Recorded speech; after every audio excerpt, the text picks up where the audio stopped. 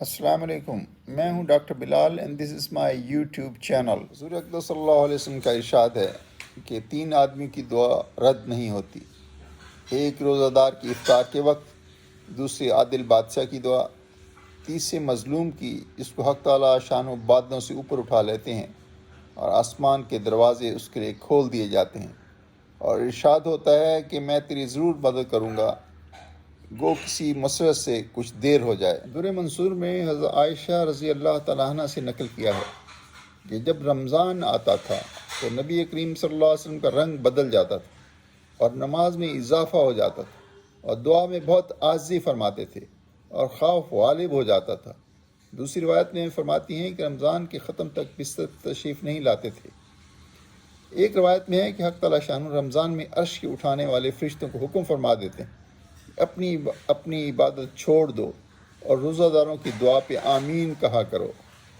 بہت سی روایات سے رمضان کی دعا کا خصوصی سے قبول ہونا معلوم ہوتا ہے، اور یہ بے تردد بات ہے کہ جب اللہ کا وعدہ ہے اور سچے رسول صلی اللہ علیہ وسلم کا نقل کیا ہوا ہے تو اس کا پورا ہونے میں کچھ تردد نہیں۔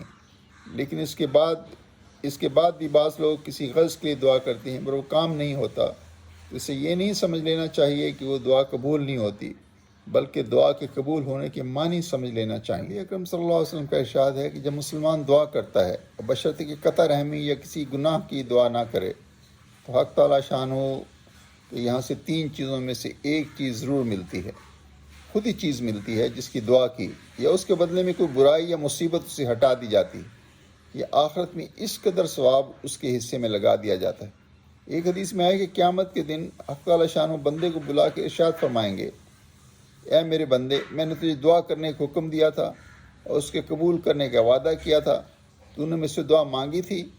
وہ عرض کرے گا کہ مانگی تھی۔ اس پہ ارشاد ہوگا: تم نے کوئی دعا ایسی نہیں کی جس کو میں نے قبول نہ کیا ہو۔ تو نے فلاں دعا مانگی کہ فلاں تکلیف ہٹا دی جائے، میں نے اس کو دنیا میں پورا کر دیا۔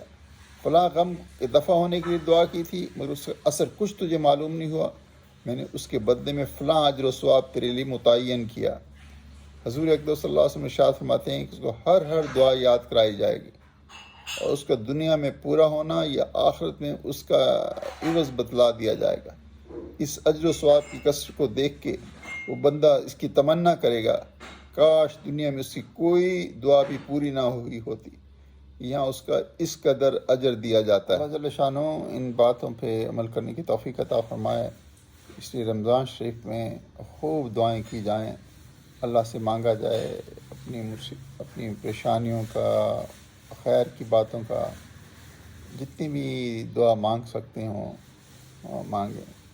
امید ہے آپ کو اس کا فائدہ ہوا ہوگا، اس کو دوسروں تک بھی پہنچائیں، اس کو لائک اور شیئر کریں، اور میرے یوٹیوب چینل کو سبسکرائب کریں۔ جزاک اللہ تعالی۔